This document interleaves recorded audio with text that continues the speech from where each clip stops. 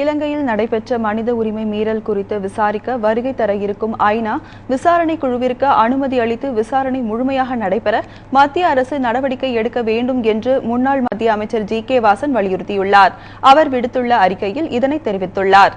இலங்கையில் நடந்த மனித உரிமை மீறல் குறித்த விசாரணையை இந்தியாவில் நடத்தும் நோக்குடன் ஐநா வைத்த கோரிக்கையை மத்திய அரசு நிராகரித்துள்ளதாக தெரிவித்துள்ளார். இது தமிழக மக்கள் மத்தியில் பெரும் ஏமாற்றத்தை அளித்துள்ளதாக அவர் கூறியுள்ளார். ஐநா குழுவிற்கு மத்திய அரசு அனுமதி அளிக்க வேண்டும் என்று அவர் வலியுறுத்தியுள்ளார்.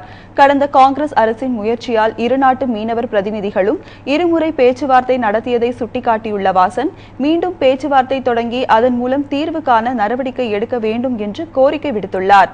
தமிழக மீனவர்கள் அச்சமின்றி மீன்பிடிக்கவும் எல்லை தாண்டும் பிரச்சினையை தவிர்ப்பதற்கும் மத்திய அரசு இலங்கை அரசோடு பேச்சுவார்த்தை நடத்தி நிரந்தர தீர்வு காண வேண்டும் என்று அந்த அறிக்கையில் வாசன் கூறியுள்ளார்.